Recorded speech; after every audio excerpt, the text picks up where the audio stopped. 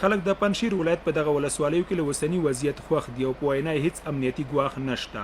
دا چې ګویا د اسلامي امارت مسؤلین ورسره ښه برخورد نه کوي یا هم ترې په عذاب دي، هغه پوښتنه ده چې تر ډیره په رسنیو کې ښکته پورته کیږي.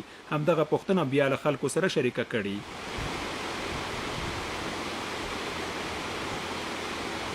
نه فضل خدا تاوان ما خدا ندیدیم که این رقم گپاره. خو این تبلیغات هایی است که اون مردم هایی هستند که اگر باشند با $100 و $50 ناموس خود فروختند. اینطور یک مردم هست. ما همینطور واضح و شک میدیم که اگر تلویزیون های شما نشر کند دمی گوششان بره. اگر مرا بکشندم ما والا اگر کدام دیگه باکی داشته باشم. علمی مردم بودن که امارت اسلامی هم سر ما کشاندند. علمی مردم های او باش بودن. نصیحت کردیم برشان که نکنه بلیاس خدا بلیاس قرآن ما مردم در امن و در امنیت بانید. علمی ولسوالی در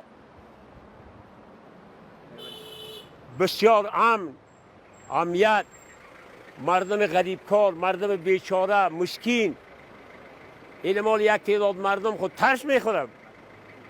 علمی ها مثلا در کوه برآمدند یا کابل رفتند یا یک قشلاق دیگه فرار کردند. علمی آوارگی و بیچارگی است. نه از دست علمی دو مردم های بیبندوبار. در منطقه کرمان که ما قرار داریم فضل پروردگار شکنجه چیزی از سوی نیروهای امارت بالای مردم نشده.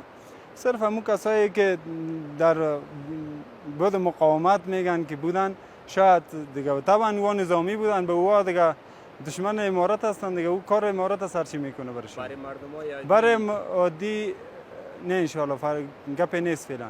حال وضعیت چطور است؟ فعلا وضعیت خوب است، نرمال است. برخورد مسئولین چطور است همراه شما؟ برخورد خوب است، متوسط ان شاء الله. عالی است.